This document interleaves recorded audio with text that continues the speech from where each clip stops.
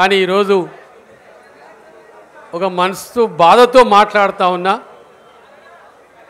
ఈరోజు 2 సంవత్సరాలు అయింది సాయి చంద్ అనేసరికి నాకు కొంచెం లేకపోయేసరికి అనేసరికి, ఎందుకంటే ఆ రోజు హాస్పిటల్లో పొద్దున్న 4 గంటలకు మెసేజ్ వస్తే పోయి చూస్తే సాయి చందేనా అని డౌట్ వచ్చి మరీ పోయి చూసిన. నేను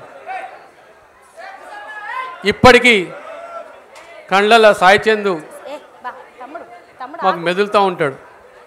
ఎందుకంటే ఎప్పుడు ఫోన్ చేసినా కూడా సాయి అంటే అన్న వస్తున్నా అంటాడు, మాట్లాడతాడు. ఏదైనా ప్రోగ్రాం ఉంటే చెప్తాం, చేస్తాడు. రాత్రి 2 అయినా 3 అయినా కూడా ప్రోగ్రామ్ని కంప్లీట్ చేసి మరీ పోతాడు.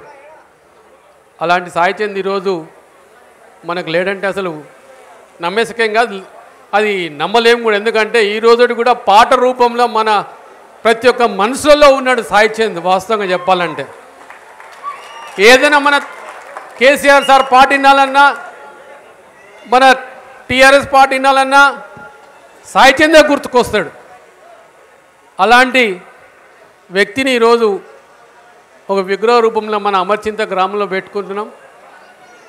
దాని నిదర్శనంగా ఈరోజు మీరు అందరూ వచ్చినందుకు మీ అందరికీ చేతులెత్తి నమస్కరిస్తూ ఈ సభను మంచిగా విజయవంతం చేయండి. సాయి చంద్ చూపించిన పాట రూపేణ చూపించిన తన భావాన్ని కానీ తన అనుభవాలు కానీ ప్రతి ఒక్కటి మనం కూడా అనుసరిస్తే తప్పకుండా వారిని స్మరించుకునే వాళ్ళమవుతాం, వారికి జన్మకు సార్థకం చేసిన వాళ్ళమవుతాం. దయచేసి ఆ విధంగా ముందుకు నడదామని తెలియజేస్తూ మీ అందరికి మరొకసారి ధన్యవాదాలు తెలుపుతూ Amar high Amar high Amar high Amar high. Thank you Rammohan అన్న. ఇప్పుడు